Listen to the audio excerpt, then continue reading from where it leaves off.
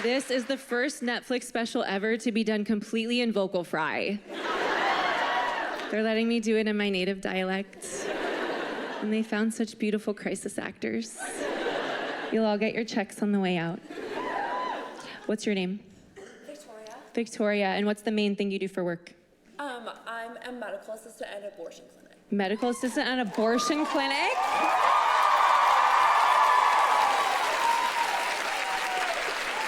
And what's your body count? Actually, why don't we all just say our body counts? I'm gonna count to 3 and we'll just say them, and I'll do it too. I hope no one's here on a first date. Or maybe that's good. So I'm gonna count to 3 and we're all just gonna say it. Ready? 1, 2, 3. Okay, some of you didn't say. Because I was like, I'm gonna count to 3, we're all gonna say our body counts, then some of you said nothing. How do you think that makes Victoria feel? It's not a way to build community, and I won't forget it. I met with Netflix and they said that I have 3 minutes to win people over. The most amount of people that are gonna click away from the special will do so in the first 3 minutes. Can you imagine if that happened in real life and most of you were gone already? You're just like, I'm not really fucking with this, let's go watch Emily in Paris. They said I have to be likable, accessible, and non-controversial for 3 minutes. It's like impossible. Everyone's so sensitive. Can't say anything these days. I couldn't get up here and be like, I believe in science, without pissing off half the country. So my pitch to Netflix, I'm gonna get up here, I'm gonna stand silently for 3 minutes. They said that won't work, because then what if people start jerking off? To a woman being quiet. And I was like, but I have no tits, and they were like, it doesn't matter. They said if people start jerking off and they come faster than 3 minutes, we've created the same problem.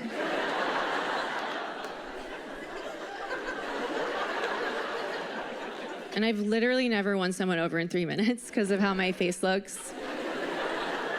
I should have stayed blonde. I was blonde for 1 year, and that was the most likable I've ever been.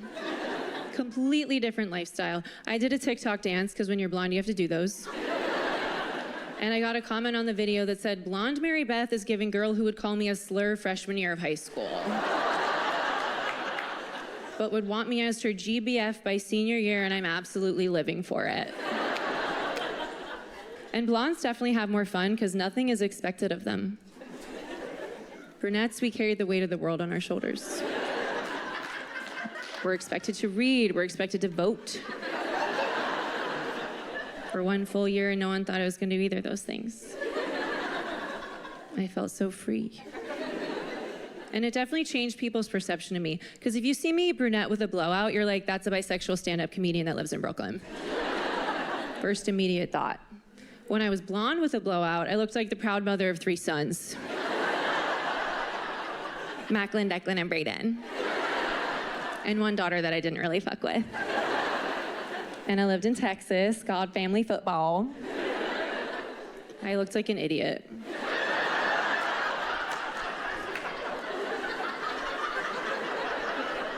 But I don't care about being smart. I don't care about being smart, because what's the point? Oppenheimer was smart. Look what happened to him. He still married a bitch!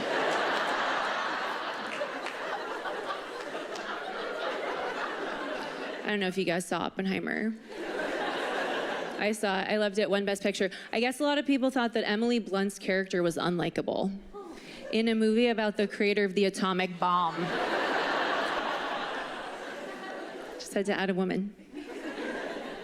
And I was blonde for a television show that I'm in called Overcompensating.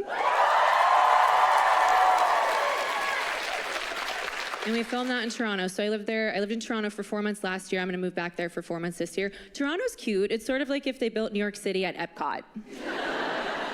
From far away, it looks like a real city, but if you knock on any of the building facades, it's hollow. And people say Canada's a lot safer because there's no guns, but I think things also don't work as well. So there's an airport in Toronto called Billy Bishop, which, that's not the name of an airport. Billy Bishop? That's Macklin, Declan, and Brayden's dad. That's my fake husband who I adore. But my siblings came to visit while we were filming, and when they were leaving, they were gonna fly out of Billy Bishop, so they got there, they went to check in, and at the desk, they were like, so we're actually not flying today. We gave it some thought, there's no flights, but good luck. So now I think maybe a few guns would be helpful. Just keep people on their toes. And of course, I want to write more fun jokes about silly things, but it's really dark up here. I just think 9/11 happened when I was too young for my brain to develop properly. Because, okay, I was thinking about wordplay and how we need to ban it. I think it's gone too far. And I was trying to remember when I first had that thought. It was when I was in London. I was in a cab, and we drove past a bar that was called Jack the Chipper,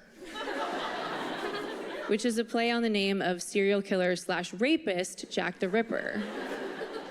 So that would be like if in 20 years I opened a bar called Jeffrey Pepstein's. With an adjoining bowling alley called Ghislaine's. See how quickly I can go from wordplay to sex trafficking? British people are gonna hate that joke. They're gonna be like, it's not chippa like happy, it's chippa because we call French fries chips. And it's like, well, I'm the one with the microphone, so. You have to always anticipate discourse. That's what I've learned from posting online. Some of the jokes I'm gonna say tonight, I could never post online, and I will point them out to you. Feels safer to put them on a global streaming platform because there's no comment section. And I've prepared a lot. I'm taking this very seriously because it's still very rare for women to get Netflix specials.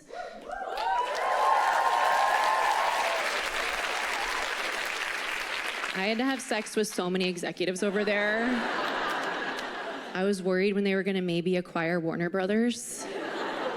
It's like I just had sex with all these Netflix guys and now I have to bounce on some brothers. How many are there?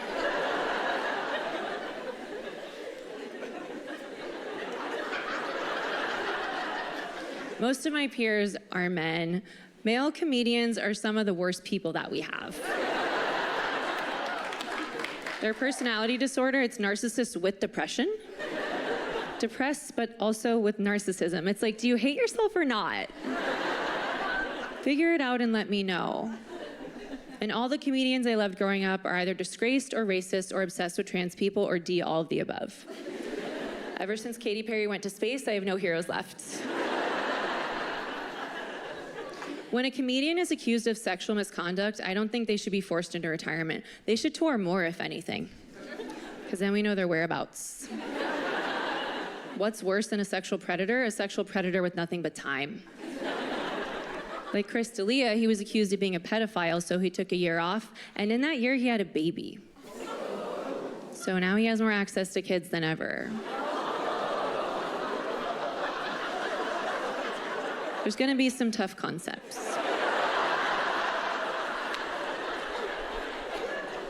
Some comedians don't have tough concepts.